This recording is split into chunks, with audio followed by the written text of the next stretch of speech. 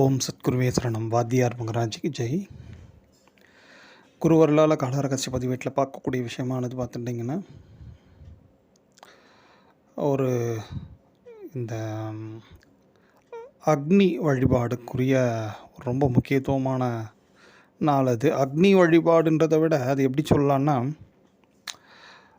அக்னி தேவரோட ஆசிகள் திரண்டு கிடைக்கக்கூடிய ஒரு அதி அற்புதமான காலம் அது.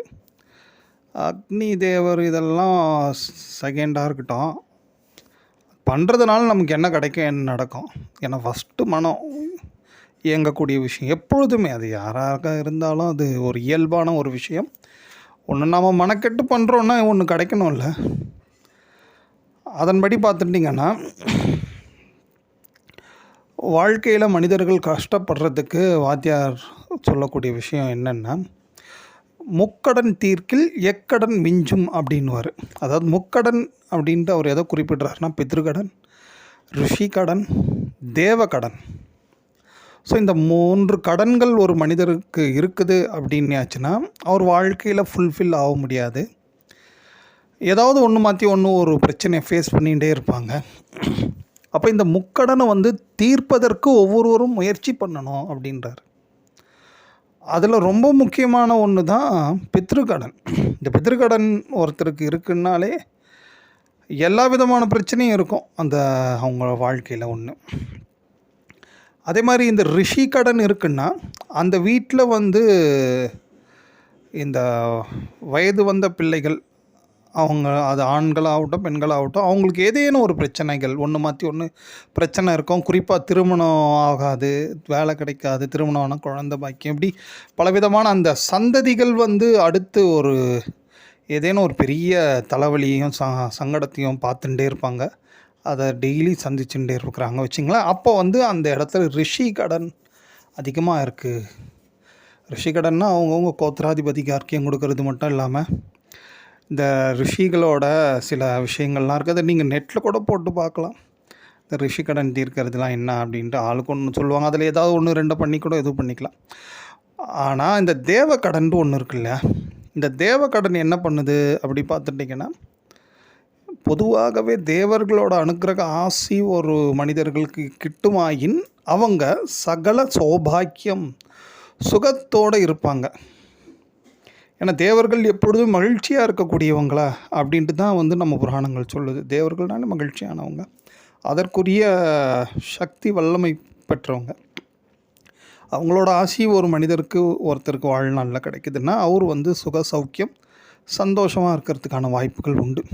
சரி, அப்போ அந்த தேவக்கடனை தீர்க்கறதுக்கு என்ன வழி பார்த்தாச்சுன்னா, அதுதான் அக்னி வழிபாடு. ஏன்னா இந்த அக்னி தேவர் ஒருத்தர் தான் மனிதர்களுக்கும் தேவர்களுக்கும் பாலமாக இருந்து அவங்களுக்கு, இந்த மனிதர்களுக்கு தேவர்கள்கிட்ட இருக்கக்கூடிய அனுக்கிரக ஆசி வாங்கி இவங்களுக்கு கொடுக்குறாராம் மனிதர்களுக்கு. அவங்க 2 பேருக்குமே பாலமாக இருக்கக்கூடிய ஒரு யார் பார்த்தாச்சுன்னா இந்த அக்னி தேவர். ஸோ அதனால தான் இந்த ஹோமத்துலலாம் அக்னியை நாம் உண்டு பண்ணி தேவர்களுக்கு ஆகுதி கொடுத்து அதன்படி நிறைய இஷ்டகாரி சித்தியெல்லாம் அடைகிறோம் வச்சிங்களேன். தேவையானதெல்லாம் பெறுறோம். அதெல்லாம் எப்படி பார்த்தாச்சுன்னா இந்த அக்னி பகவான் தான் காரணமாக இருக்கார். ஸோ அப்போ எல்லாருமே ஹோமம் பண்ணிகிட்டே இருக்க முடியுமா டெய்லின்னா? வாய்ப்பு ரொம்ப குறைச்சல்.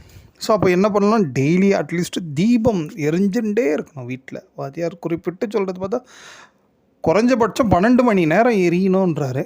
அந்தளவுக்கு இன்றைக்கி வாய்ப்பு எப்படி தெரியல. ஆனால் எவ்வளோ நேரம் முடியுதோ ஒரு இல்லத்தில் தீபமானது எரிஞ்சுட்டே இருக்கும்போது அது அக்னி தேவருக்கு பிரீத்தியை தரும், நிறைய அனுகிரகத்தை தரும். அது இல்லாமல் கோயில்கள்லேயும் எவ்வளோக்கு எவ்வளோ முடியுமோ தீபங்களை எவ்வளோக்கு எவ்வளோ ஏற்றுறோமோ அதுவும் அக்னி பிரீத்தி. அப்படி அக்னி பிரீத்தி ஆகிடுத்துனாலே வீட்டில் ஃபஸ்ட்டு சண்டை சச்சரவு இருக்காது. 2வது பார்த்துட்டிங்கன்னா, இந்த அடிக்கடிக்கு ஏதேனும் ஒரு தீ விபத்து இந்த மாதிரியான நிகழ்வுகள்லாம் இருப்பது ரொம்ப அரிதாக இருக்கும். ரொம்ப முக்கியமாக தேவ பிரீத்தி, தேவர்களோட அனுக்கிரக ஆசையால் ஓரளவுக்கு நல்ல சந்தோஷமாக இருப்பதற்கான வாய்ப்புகளும் உண்டு. அதனால தான் நீங்கள் எந்த பிராய்ச்சித்த பரிகாரம் எடுத்துட்டாலும் 27 தீபம் போடு, 16 தீபம் போடு, டெய்லி போய் அங்கே இந்த கோயிலில் அந்த தீபம் போடு, இந்த தீபம் போடுன்ட்டு இப்படி சொல்லிகிட்டே இருப்பாங்க. ஸோ ஏன்னா தேவர்களோட ஆசிக்கு இந்த அக்னி தேவர் மிகவும் நமக்கு உதவக்கூடிய ஒரு உத்தமமான தேவர் அக்னீஸ்வரர். ஸோ அந்த அக்னி தேவருக்கு பிரீத்தி பண்ணக்கூடிய ஒரு நாளாக தான் இந்த அங்காரக பகுளம் அப்படின்ட்டு சொல்லக்கூடிய நாள் இது வருது.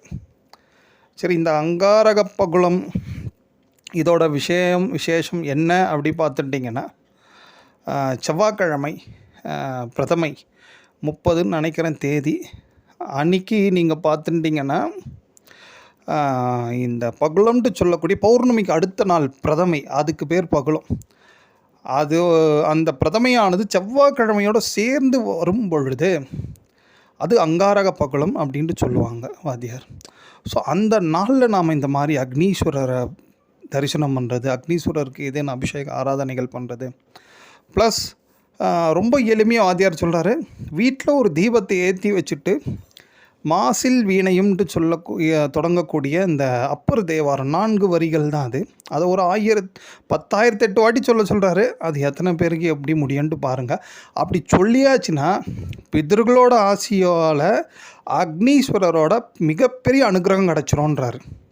அப்போ அக்னீஸ்வரரோட அனுகிரகம் ஒவ்வொருவருக்கும் எவ்வளோ இன்றியமையாதது பாருங்கள். வாழ்க்கையில் சுக சௌக்கியம் வேணும்னா அக்னி தேவரோட அனுகிரகம் வேணும். அதுக்கு தான் இவ்வளோ பெரிய விஷயத்தையும் உங்களுக்கு சொல்லிட்டு வரோம். ஸோ அந்த செவ்வாய்க்கிழமை பிரதமை கூடிய அந்த நாளில் நாம் இந்த மாதிரி ஒரு தீபத்துக்கு முன்னாடி இந்த 4 வரி அப்பர் தேவாரத்தை இந்த இத்தனை வாட்டி சொல்லிட்டோன்னா ஓரளவுக்கு அக்னி பகவானோட அனுகிரகம் கிடைக்கும்.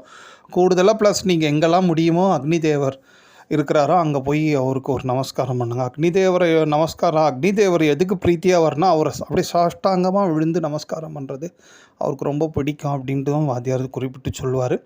அதற்கு என்ன வாய்ப்பு அப்படியெல்லாம் பார்த்துக்குங்க. அன்றைக்கி ஆக்சுவலாக அங்காரகன்ட்டு சொல்லக்கூடிய அந்த செவ்வாய் கோலத்திலேயே மிகப்பெரிய அக்னி பூஜைகள் எல்லாம் நடக்குமா. எப்போது இந்த செவ்வாய்க்கிழமையும் தேய்பிறை பிரதமையும் சேரும் காலத்தில் செவ்வாய் கிரகத்துக்குள்ளேயே இவ்வளோ ரிஷிகள் முனிவர்கள்லாம் சேர்ந்து இவ்வளோ விசேஷங்கள்லாம் அங்கே பண்ணுறாங்களா. அப்போ பார்த்துங்க, பூமியில் நாம் இந்த மாதிரி ஒரு காரியத்தை பண்ணுறோன்னா நமக்கு எவ்வளோ பெரிய அனுகிரகம் நிச்சயமாக கிடைக்குன்றது பார்த்துங்க. அதனால தான் இன்றைக்கி என்ன சொல்கிறாருன்னா, இந்த மாதிரி அங்காரக பகலம்ட்டு சொல்லக்கூடிய செவ்வாய்க்கிழமையும் பிரதமையும் தேய்பிறை பிரதமையும் வரும் நாளில் வானத்தில் நம்ம அந்த செவ்வாய் கிரக மண்டலம் ஒரு நட்சத்திர வடிவில் தெரியும். அது ஒரு சிவப்பாக நட்சத்திரம் பார்த்தாச்சுன்னா ஒரு சில நட்சத்திரம் நீளமாக இருக்கும், வெள்ளையாக இருக்கும். அதன்படி இந்த செவ்வாய் கிரகம் நட்சத்திரமாக நமக்கு தெரியும் பொழுது சிவப்பாக தான் இருக்கும். அதை கரெக்டாக ஓரளவுக்கு குறிப்பாக பார்த்து தரிசனம் பண்ண சொல்கிறாரு.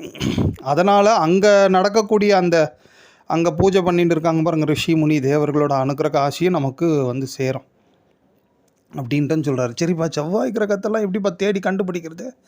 ஒன்றையும் கவலைப்படாதீங்க. இப்போது செவ்வாய் பகவான் எந்த ஸ்டேட்டஸில் இப்போ வானத்தில் நமக்கு தெரிவார் அப்படின்ட்டு பார்த்துட்டிங்கன்னா, நைட்டில் தெரிய மாட்டார். அவர் அதிகாலையில் ஒரு 3-4 மணிலேருந்து ஒரு 5 மணிக்குள்ளே தெரிவார். எப்படின்னா கிழக்கு பக்கமாக தெரிவார் சுவாமி. அதான் உங்களுக்கு கரெக்டாக எக்ஸாக்டாக சொல்லணுன்னா, இந்த விடிவெள்ளின்ட்டு சொல்லுவாங்க பாருங்கள், விடிவெள்ளி தெரியும் பாருங்களேன் காலையில். அதுக்கு பதிலாக செவ்வாய் பகவான் தான் தெரிவார். இப்போ அட் ப்ரெசன்ட் எப்பயுமே தெரிவாருன்ட்டு இல்லை.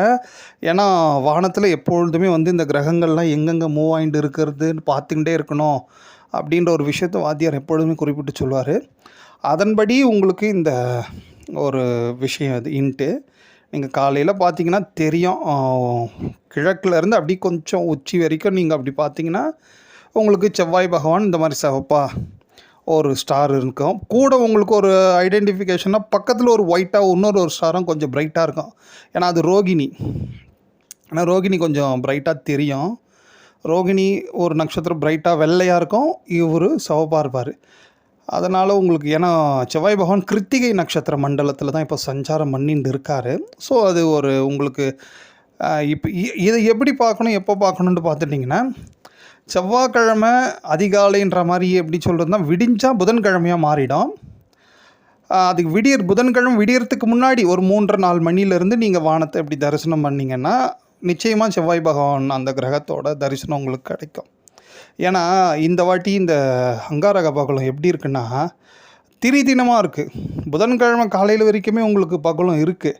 அதனால் நீங்கள் தாராளமாக நீங்கள் காலையில் அந்த மாதிரி ஒரு தரிசனம் பண்ணலாம். அதாவது விடிஞ்சா புதன்கிழமை, விடியறதுக்கு முன்னாடி அது செவ்வாய்க்கிழமை தான். ஏன்னா இங்கிலீஷ் தேதி படி நாம் எடுத்துக்கூடாது.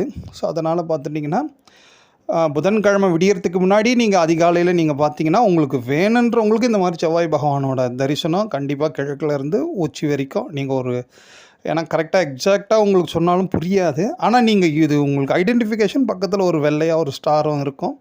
செவ்வாய் பகவான் சிவப்பான கொஞ்சம் பிரைட்டாக தான் தெரிவாங்க. நீங்கள் பார்த்து தரிசனம் பண்ணிட்டு அக்னி தேவரோட துதிகளை கூட சொல்லிக்கலாம்.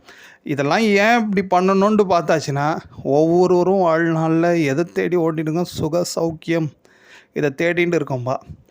இதை கிடைக்கக்கூடிய ஒரு ஒரு அதி அற்புதமான நாள் தான் இந்த அங்காரக பகலம். அதுவும் திரிதினமாக வரும்போது அதோட விசேஷமும் பவரும் அதிகமாக இருக்கும்.